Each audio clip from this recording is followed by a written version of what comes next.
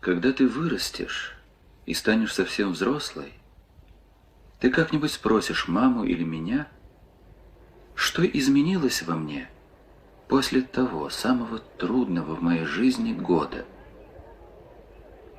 Пожалуй, ничего не изменилось. Ни характер, ни привычки, ни образ мышления. И только в предоктябрьские дни я испытываю какую-то странную тревогу. В тот день тоже было 5 ноября. Москва уже нарядилась к празднику, и нам троим казалось, что это провожают нас.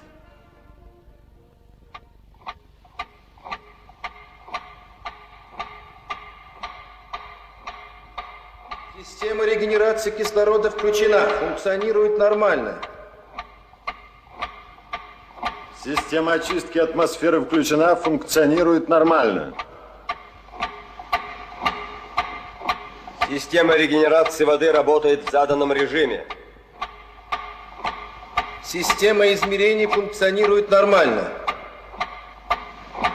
Испытателям прибыть на площадку бытового отсека.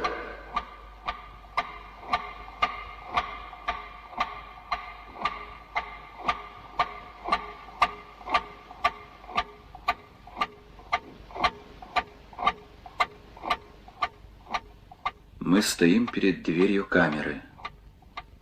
Сейчас мы переступим ее порог. Сейчас герметическая дверь захлопнется, и мы останемся втроем, окруженные стеклом и металлом.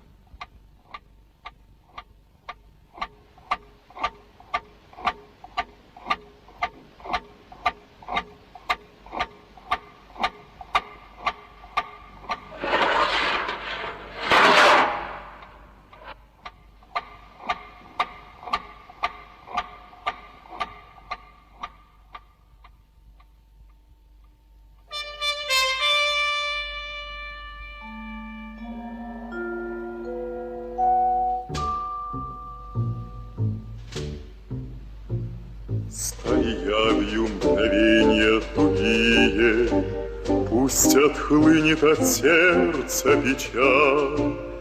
Мы уходим от вас, дорогие, в незнакомую звездную даль, а секунды звенят,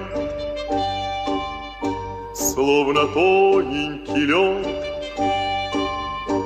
Нам по этому льду еще долго идти, улетает сегодня на Марс звездолет, и год ему быть в пути.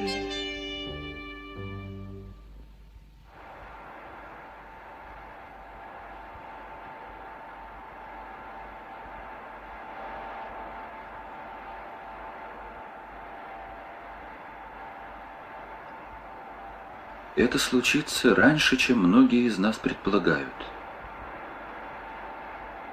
Космический корабль с человеком на борту покинет Землю и отправится на Венеру или на Марс. Межпланетный перелет в космическом корабле может продлиться год и даже больше. Сможет ли экипаж из 3 человек жить и работать в течение года на крошечном островке Земли, затерянном среди океана Вселенной?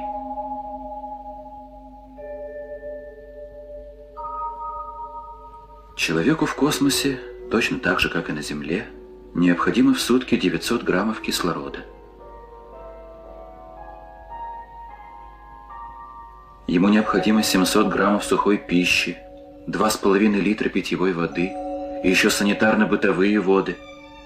Для годовой космической экспедиции из 3 человек вес запасов вместе с упаковкой составит 11 тонн. Именно из-за этих тонн дополнительного груза планы полетов к дальним планетам до сих пор остаются нереальными. Бытовой отсек. Подъем.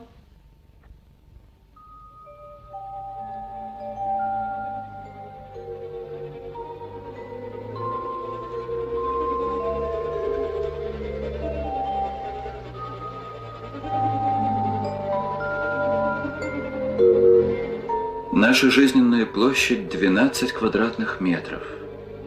Половину ее занимает оборудование. Экспериментаторы следят за нами с помощью телевизионных камер. Мы все время находимся под наблюдением.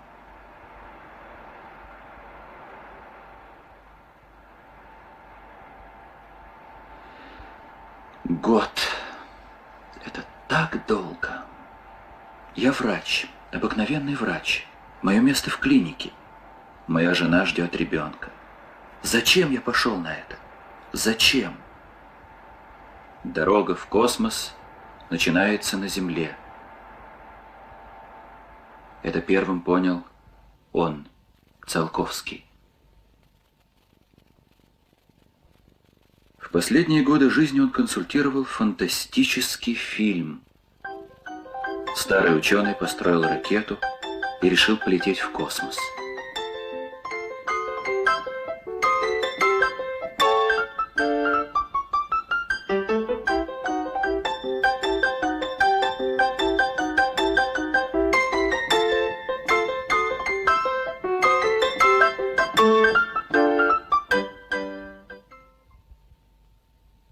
Ему остается жить уже совсем немного, а до космоса в те годы было так далеко. Он вспоминает, как пришла к нему одна из самых светлых его мыслей. Это было давным-давно. Он был молодым, еще никем не признанным гением. Он писал: «Как на земной поверхности совершается нескончаемый механический и химический круговорот веществ, так и в нашем маленьком мирке он должен совершаться. Есть полная возможность еще на Земле практически выработать и испытать средства дыхания и питания человека в изолированном пространстве». Эта мысль не должна, не может умереть вместе с ним. Эта мысль открывает дорогу к самым далеким планетам в будущем. В будущем так и будет. Дорога в космос начинается на Земле.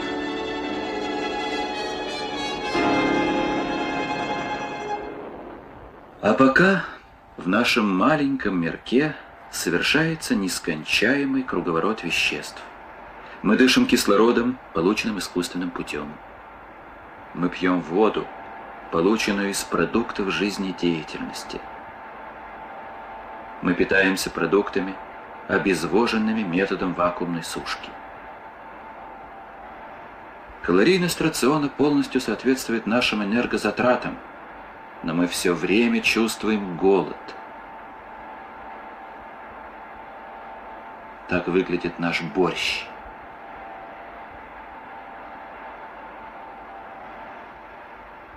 Через несколько месяцев мы уже не вспоминаем о земной пище. Необычное питание, вода и атмосфера диктуют жестокую необходимость. Мы регулярно берем друг у друга из вены кровь.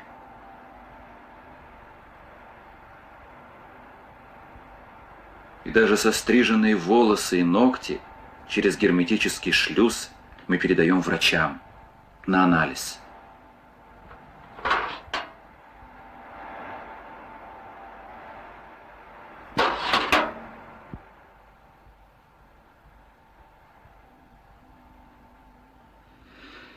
Где-то там, за стенами камеры, вечер. Это самое трудное для нас время. Вечером хочется выйти на улицу. Трудно без людей. Здесь дни бесконечно похожи один на другой.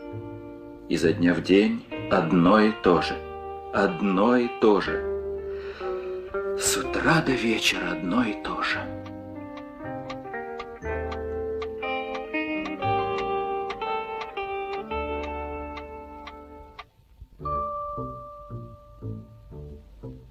Врать не станем, что мы не тужили, о знакомом домашнем тепле. Мы служили науке, мы жили далеко от земли на земле, а секунды звенят, словно тоненький лед. Нам по этому льду еще долго идти, никуда не летит наш земной звездолет. И все-таки мы в пути, никуда не летит наш земной звездолет. И все-таки мы в пути. Специалисты, психологи, психиатры изучают даже наши сновидения. Сны в камере приобрели новый смысл. Они связывают нас со всем, что стало для нас недоступным. Во сне мы видим наших родных и близких. Во сне мы покидаем наш звездолет.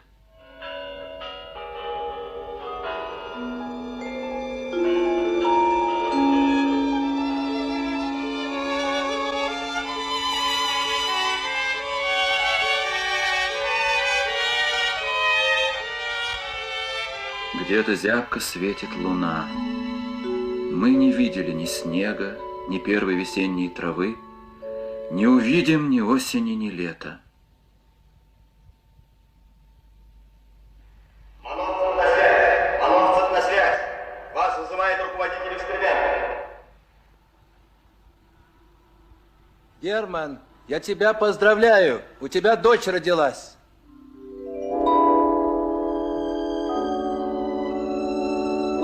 22 января начался второй период эксперимента. Исследовалась проблема взаимного влияния человека и высших растений. В этом периоде к гермокамере была подстыкована оранжерея.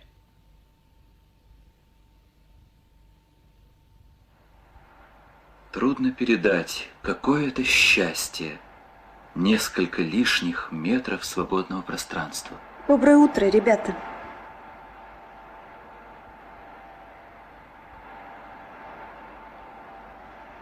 На КП работает новая девушка. Вчера я случайно увидел ее в иллюминатор. Одно нарушение повлекло за собой другое. Через герметический шлюз я передал письмо.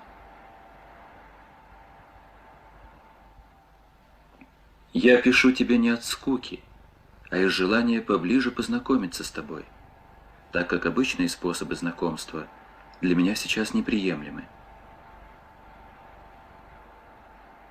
Я очень люблю животных. У меня жили еж, несколько кошек, чижи, канарейка и даже лисенок. Я очень люблю природу в любом ее проявлении. Наверное, это и определило мое призвание – биология, космическая биология.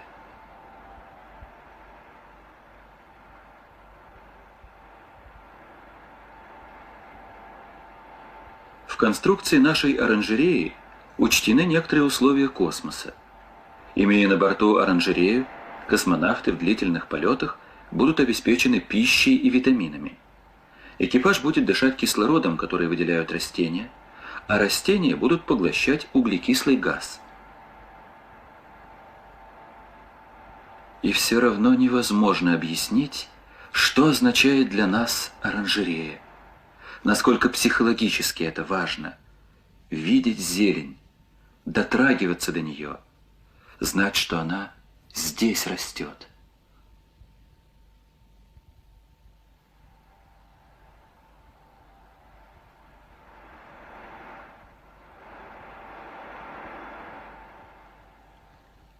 Андрей, твое письмо стало частью моей жизни. Каждый день я пишу тебе мысленно. И знай, я тоже считаю дни. Осталась уже половина.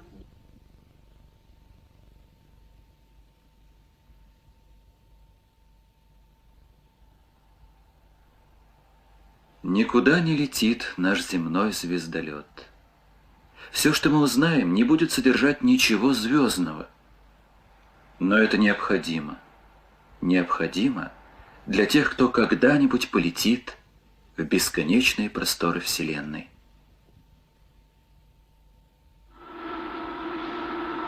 В том огромном зале, где была установлена герметическая камера, круглосуточно работали десятки людей – врачи, лаборанты, инженеры.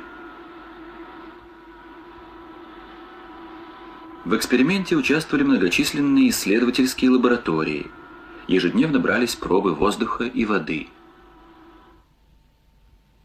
На очередном совещании у руководителя эксперимента было принято решение ввести 10-суточную аварийную ситуацию. Температура в камере поднимется до 30 градусов. Резко снизится содержание кислорода. Возрастет содержание углекислоты. Отменяется горячая пища. И наполовину уменьшается норма питьевой воды.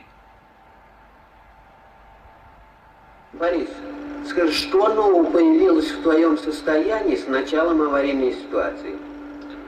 Состояние довольно резко изменилось.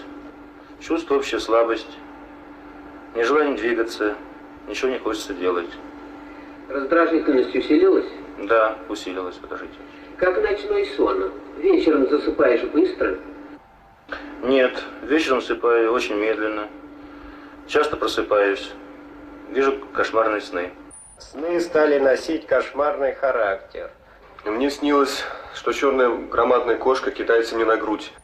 Я пытаюсь связать ее, но она вырывается и вновь бросается на меня. Я пытаюсь душить ее, но она выскальзывает. Очень неприятный сон. Я проснулся в холодном поту. Теперь парная словесная проба. Еще раз напоминаю, отвечайте как можно быстрее, стараясь опередить друг друга. Лес. Трава, деревья. Каждый день нашего пребывания в гермокамере дает уникальный материал медицине, биологии, технике, социологии. Проводим очередное исследование. Слова на память. Простые. Стол, чашка, море, луна, лампа, лес, крюк, лицо, газета, стекло.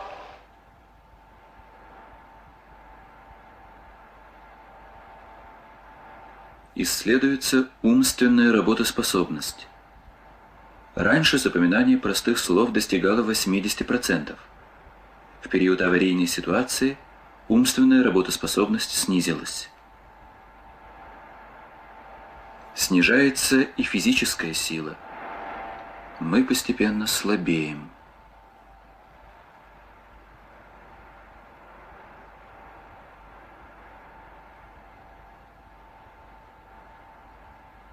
Борис, как себя чувствуешь?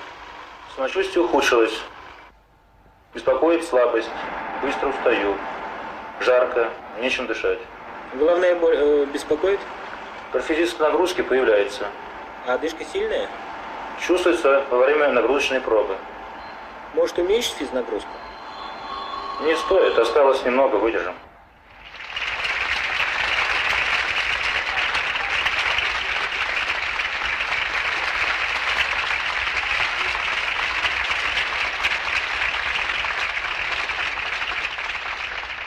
Несмотря на изоляцию, мы считали себя членами большого коллектива ученых.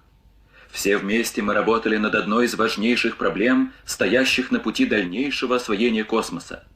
И мысль об этом помогает жить. Руководитель эксперимента, конечно, знал о нарушении режима в начале второго периода. Но даже он не мог предполагать, каким это приведет результатом.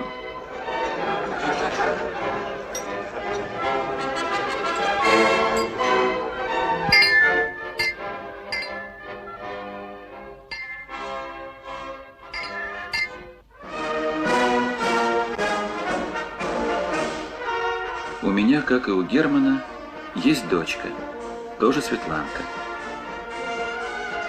Знаешь, Светланка, в тот день, когда мы вышли из камеры, тоже было 5 ноября.